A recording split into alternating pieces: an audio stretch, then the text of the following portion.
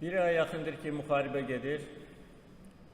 Bu müddət ərzində ölkəmiz döyüş meydanında böyük uğurlar əldə edib. Hər gün cəbhədən yaxşı xəbərlər gəlir. Gün ərzində müntəzəm olaraq mənə döyüş bölgələrində aparılan əməliyyatlar haqqında məlumat verilir, müvafiq göstərişlər verilir mənim tərəfimdən. Demək olar ki, hər saat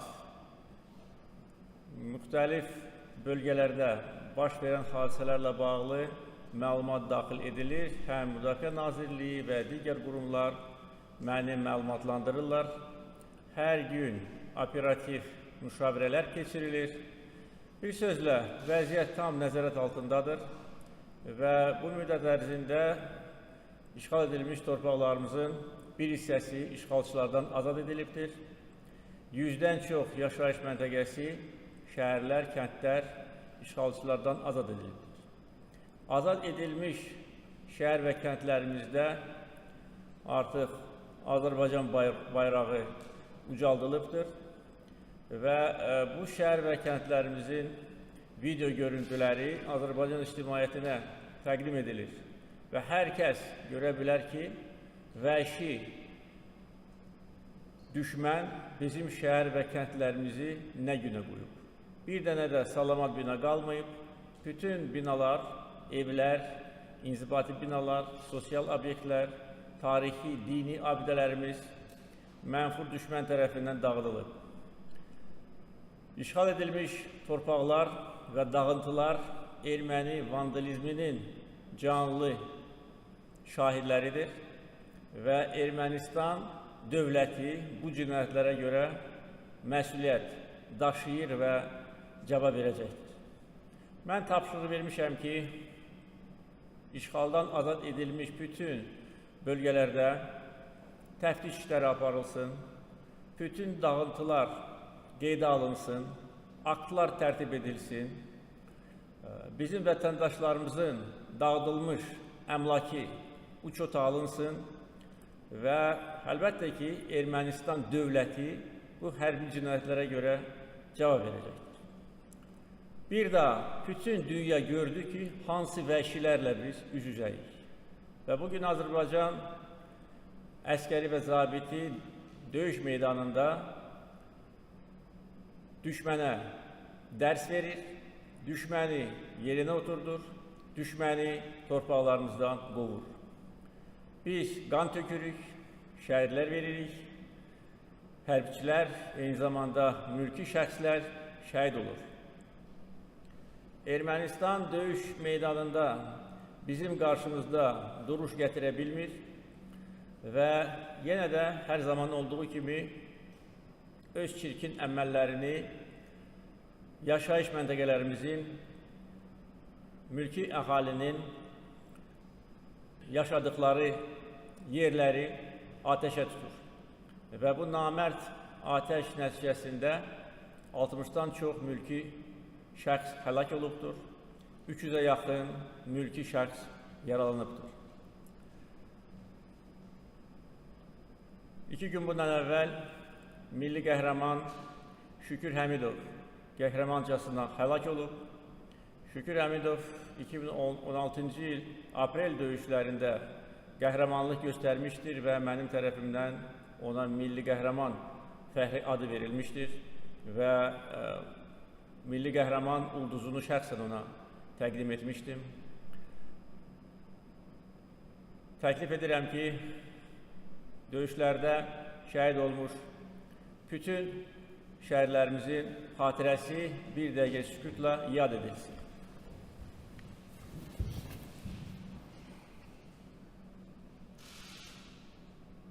Allah rəhmət eləsin.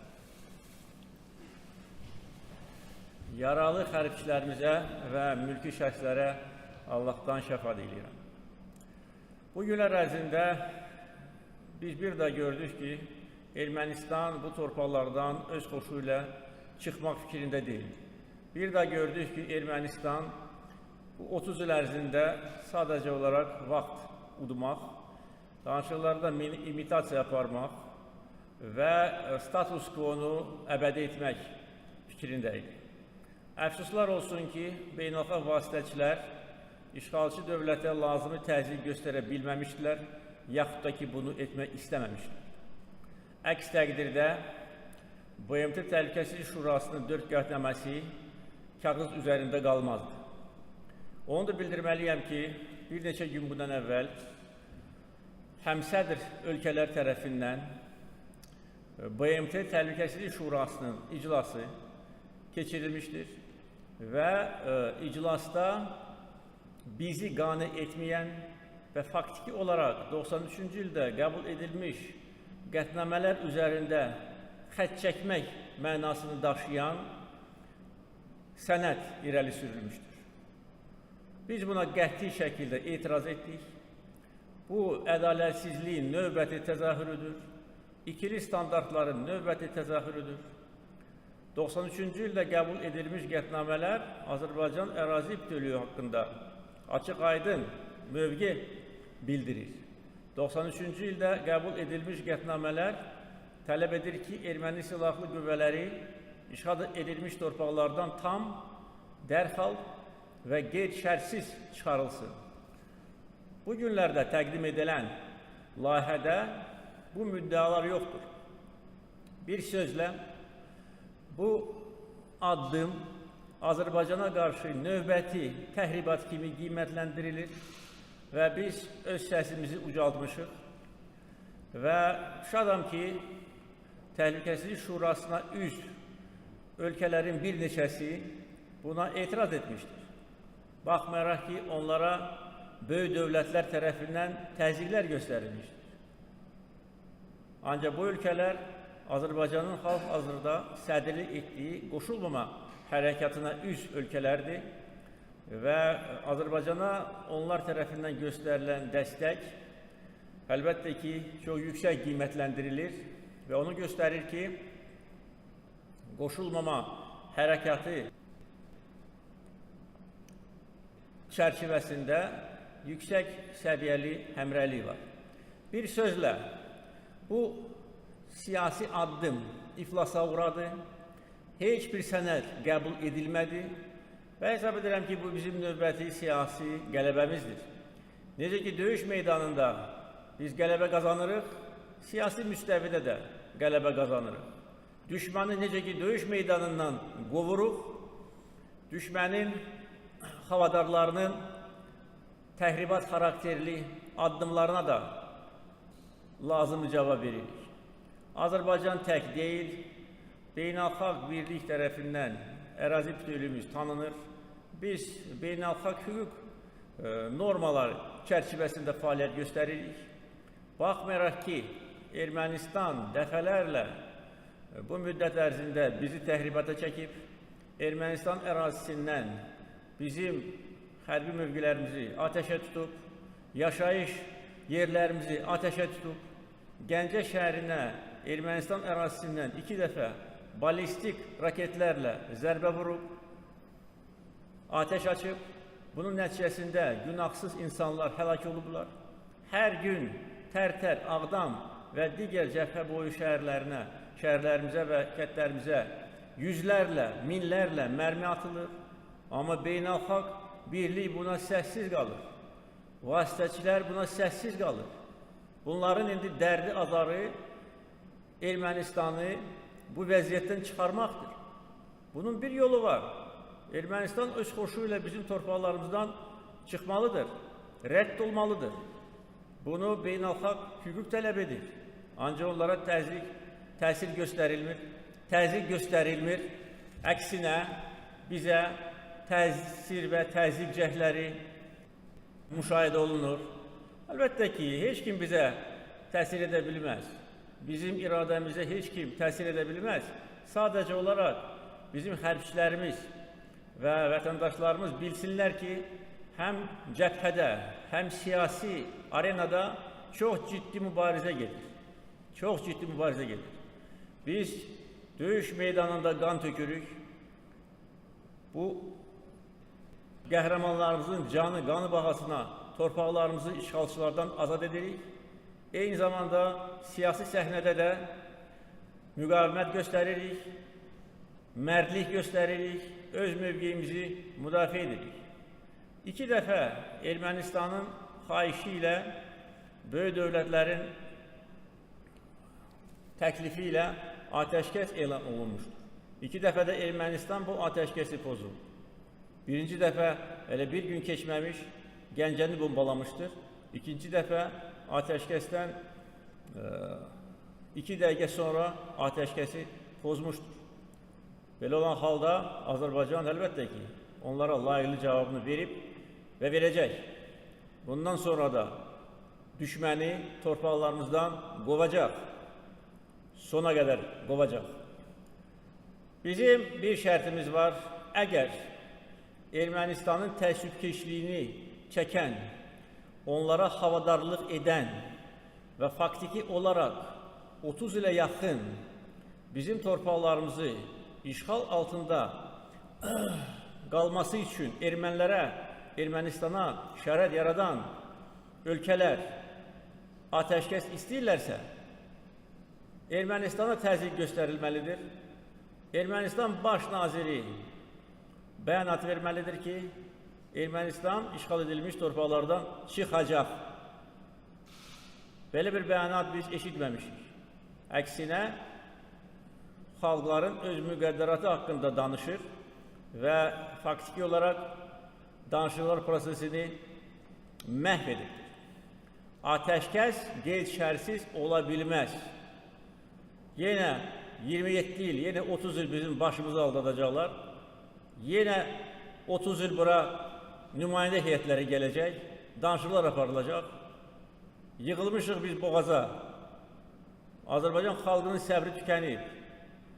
28 il bundan əvvəl Minsk qrupu yaradılır. 28 il bizi aldadıblar.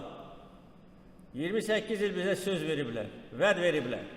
Gözləyin, dayanın, Ermənistana təzyiq edəcək, belə eləyəcək, elə eləyəcək. Hamısı yalan idi. Hər kəs də bunu görür. Və mən də xalqıma hər zaman həqiqətləri demişəm. Nə var onu da demişəm. Və bugün də nə var onu deyirəm. Və bildirməliyəm ki, bugün Ermənistan silahlanır. Bugün hər gün Ermənistana ən müasir silahlar göndərilir. Bu silahların siyahısı bizdə var. Reislərin bütün deməli məlumatları bizdədir. Nə vaxt, hardan, hansı şəhərdən uçub və Yerevana nə vaxt gəlib və içində nə var. İndi döyüşlər zamanı 300-ə yaxın Ermənistan tankı ya məhv edilib, ya da ki, hərbi qənimət kimi götürülür. Hardandır bu qədər bunlarda pul? Kasıb bir ölkədir. Nə pulu var, nə imkanı var. Müftə alıbdır. 6 S-300 hava hücumuna qarşı Zenit raket kompleksi məhv edilibdir. Onların qiyməti bəllidir. Hardandır bu? Tor, ASA, Zenit raket kompleksləri, pilotsuz uçuş aparatları, təyyarələr, hansılar ki artıq Azərbaycan tərəfindən məhv edilib. .U, SKAD hardandır? Pulsuz verilib və verilir. Biz də buna səssiz qala bilmərik. Hər kəs bunu bilsin. Biz tək başına vuruşuruq, tək başına.